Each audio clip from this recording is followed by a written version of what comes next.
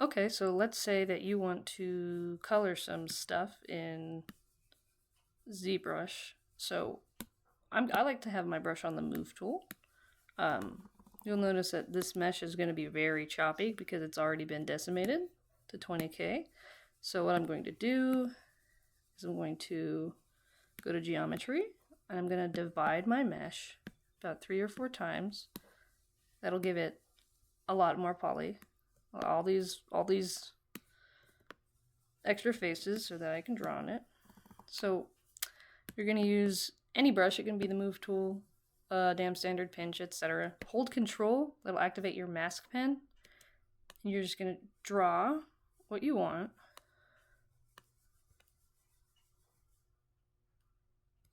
You hold control and draw to add to the mask, and then you hold control and alt to remove from the mask. So we're just gonna mask some stuff off, pretend it looks super duper pretty. Wow. So now what we're gonna do is invert our mask, and I do that by hitting Control I on my keyboard. I'm gonna pick any color I want. I'm gonna click Fill Object, and it'll only fill where it is not masked. And then I can clear it. And that would be how I color. So let's say you want something, you want to add some blush to something, but you don't want it to look like this, unless that's the look you're going for. You kind of want it to be very soft. So what you can do is you can go down to your masking options down here.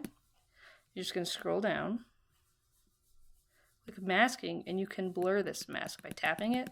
Tap, tap, tap, tap, tap, tap, and it'll blur. And I'm going to invert it again and fill.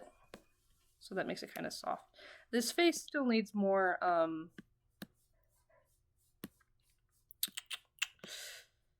polygons. So I think what I would do is I would probably turn this into a Dynamesh instead. Yeah, see how that kind of cleans that up? And if you want to erase stuff, I'm just going to fill it white. So I'm going to color this head. I'm going to make it, you know, a nice kind of medium skin tone. I like to set my lighting to skin shade, so we'll do that. We'll just, you know, add some cute blush here. We'll go down here to blur mask, and if you want, you can sharpen, you can shrink, you can grow, you can click inverse, you can mask all, you can clear. You don't have to use keyboard shortcuts except for holding control.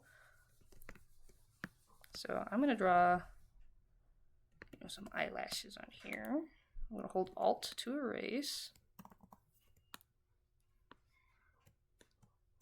And then I'm going to add some blue lashes. And then I'll fill it.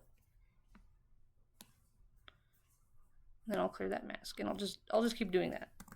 So Control Alt, inverse my mask and fill.